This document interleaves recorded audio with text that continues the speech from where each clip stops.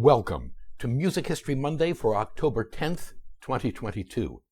I'm Bob Greenberg, and the title for today's podcast is Vladimir Aleksandrovich Dukelsky, also known as Vernon Duke. If you haven't already, please consider joining me on my subscription site at patreon.com/RobertGreenbergMusic, where I blog, vlog, podcast, pontificate, review, and bloviate 4 to 6 times a week. We mark the birth, on October 10th, 1903, 119 years ago today, of the Russian-American composer of concert music, Vladimir Aleksandrovich Dukelsky. As a composer of popular music and as a major contributor to the Great American Songbook, he is known as Vernon Duke. The Great American Songbook. The Great American Songbook refers to neither a book nor a specific list of songs. Rather, the phrase encompasses the repertoire of American popular song written between about 1915 and 1955 that are today collectively referred to as the standards. According to what should be the unimpeachable source, the Great American Songbook Foundation, quote, "The Great American Songbook is the canon of the most important and influential American popular songs and jazz standards from the early 20th century that have stood the test of time in their life and legacy. Often referred to as American standards, the songs published during the golden age of this genre include those popular and enduring tunes from the 1920s to the 1950s that were created for Broadway Theater, musical theater, and Hollywood musical film," unquote. You didn't have to be born in America to be a contributor to the Great American Songbook. In fact, some of the greatest contributors to the songbook were not born in America. For example, among the greatest of them all was Irving Berlin, 1888 to 1989, whose catalog as both a composer and lyricist includes not just hundreds of songs, but songs that have become virtual American anthems, including God Bless America, White Christmas, Alexander's Ragtime Band, Cheek to Cheek, Puttin' on the Ritz, and There's No Business Like Show Business. Irving Berlin was born Israel Bailin in the Siberian city of Tyumen, where his father was an itinerant Jewish cantor. The family emigrated to the United States when Berlin was 5, arriving on Ellis Island, where they were quarantined, on September 14th, 1893. Berlin grew up on Manhattan's Lower East Side, and he learned his life lessons, and presumably his music as well, on the streets and in the cafes, saloons, and restaurants of the Lower East Side. The point: to be a recognized composer of the Great American Songbook, you don't have to be American by birth. You just had to be living and working in America at the time you wrote your hit song or songs to be so included. Vladimir Aleksandrovich Dukelsky, 1903 to 1969.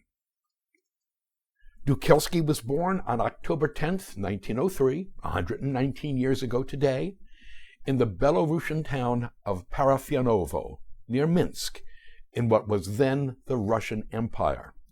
His family was of the minor nobility, specifically the small gentry class, which meant that they could own and hold hereditary land. Dukelsky's hereditary ties to the Russian nobility might well have been more impressive than that. According to the 1954 edition of Grove's Dictionary of Music and Musicians, his paternal grandmother, who was born as Princess Tumanishvili, was directly descended from the kings of Georgia. We'd observe that the most recent edition of Grove's Dictionary, in an article updated in 2010, makes no such mention. Dukelsky remembered, quote, "My parents were well-to-do people in the sugar business. I was slated for a diplomatic career, so at age 4 I started the study of languages. But before I was 7, I was trying to compose," unquote.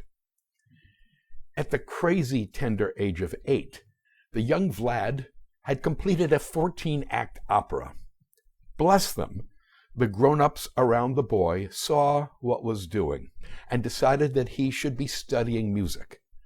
For Maestro Dukelsky, that meant the Kiev Conservatory, where he studied with the well-known Russian/Soviet composer Reinhold Glier, 1875 to 1956, from 1916 to 1919.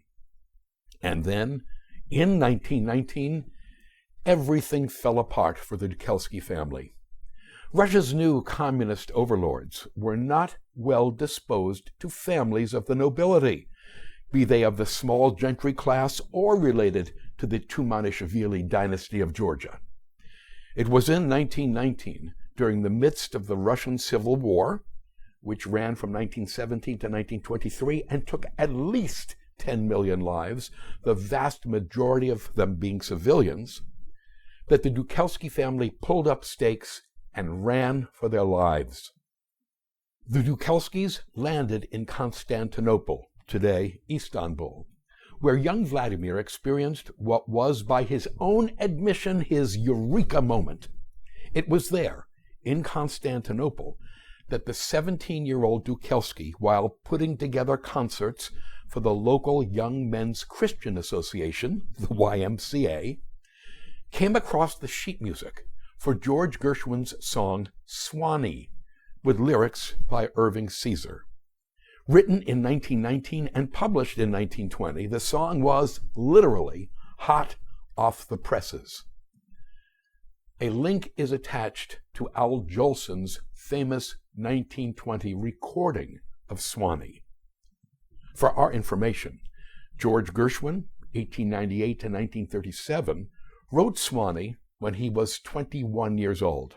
Ironically, it was not just his first hit, but the best-selling song of his career as well. Vladimir Dukelsky played through the sheet music of Swanee and was gobsmacked, sending him into self-proclaimed ecstasies, and, by his own admission, making him, quote, "an early jazz fiend," unquote. Okay, early jazz, Swanee was not. But Dukelsky didn't know that, and neither did he care. He was hooked, and he decided that meeting George Gershwin was at the very tip-top of his bucket list. That meeting took place much sooner than later.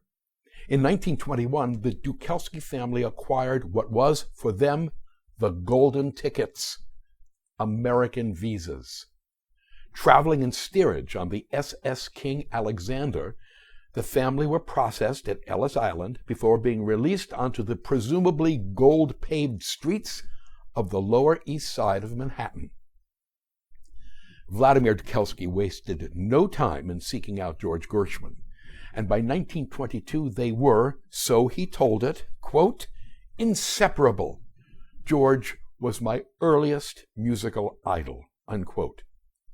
Soon after they met, Dukelsky played for George, quote, "an extremely cerebral piano sonata," unquote, of his own composition. Having listened, Gershwin offered up the following advice, quote, "There's no money in that kind of stuff, and no heart in it either. Try to write some real popular tunes, and don't be scared about going lowbrow. They will open you up," unquote. Famously, it was Gershwin who proposed that for the purpose of writing popular music, Dukelsky should Americanize his name, to which end he, Gershwin, suggested Vernon Duke. That suggestion stuck. When Dukelsky/Duke became a naturalized American citizen in 1939, he legally changed his name to Vernon Duke, though he continued to sign his concert works and his Russian-language poetry as Vladimir Dukelsky until 1955. Dukelsky/Duke remained in New York until 1924. It was during this period, in 1923, that he composed a piano concerto for the great Artur Rubinstein, which, unfortunately, went unorchestrated and unperformed. But not unorchestrated and unperformed today. It was orchestrated by the pianist and conductor Scott Dunn in 1998 and given its premiere by Dunn in Carnegie Hall in 1999. Dunn's recording of the concerto, made in 2006, will be one of the featured recordings in tomorrow's Dr. Bob Prescribes post. Between 1922 and 1924, Gershwin threw Dukelsky Duke a few lucrative bones. He, Gershwin, introduced Dukelsky to his publisher, Max Dreyfus, and in 1924, Gershwin hired him to arrange Rhapsody in Blue for solo piano. That solo version is sold to this day, for which Vladimir/Vernon received in 1924 a fee of $100, certainly not a princely sum given its sales during the last 98 years. In 1924, the 21-year-old Dukelsky ventured off to Paris, where he was commissioned to compose a ballet for the Ballet Russe by its famed director, Serge Diaghilev. Entitled Zephyr and Flora, with choreography by Leonid Massine and scenery by the cubist Georges Braque, it was staged during the 1925 Ballet Russe season, and it was a hit. Sergei Prokofiev, who was living in Paris at the time, was enthralled with Dukelsky's music and described it as being full of, quote, superior melodies, very well designed, harmonically beautiful, and not too modernist, unquote. Prokofiev, who rarely said anything nice about anyone, befriended Dukelsky, and they remained close and saw each other frequently until Prokofiev was permanently locked away in the Soviet Union, forbidden to leave the country in 1938.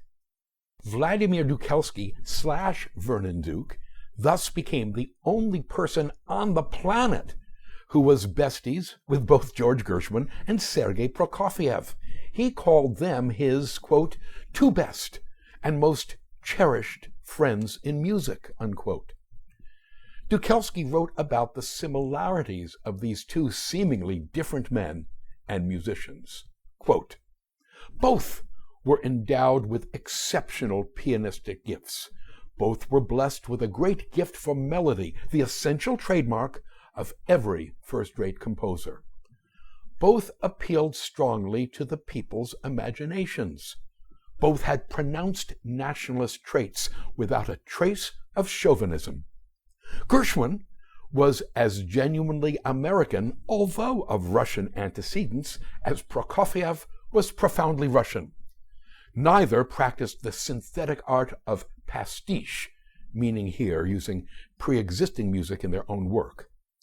Neither rationalized, preached, or issued grandiloquent advance notices of their own work. Both readily embraced music foreign to their nature, provided it was the work of an authentic musician, unquote. While living in Paris and working with the Ballet Russe, Dukelsky became part of Serge Diaghilev's entourage, and having done so, became what was described in his obituary as, quote, a serious practitioner of la vie artistique, the life artistic, unquote. He wore purple shirts, orange cravats, sported baby orchids in his lapel, carried around a shepherd's crook as a cane, and went nowhere without his monocle. Dukelsky/Duke moved on to London, where, between 1926 and 1929, he composed for the stage, and, we are told, took up a rather more subdued wardrobe, though the monocle stayed until the mid-1930s. He returned to the United States for good in 1929, at which time, as Vernon Duke, his stage, popular song, and movie career truly took off.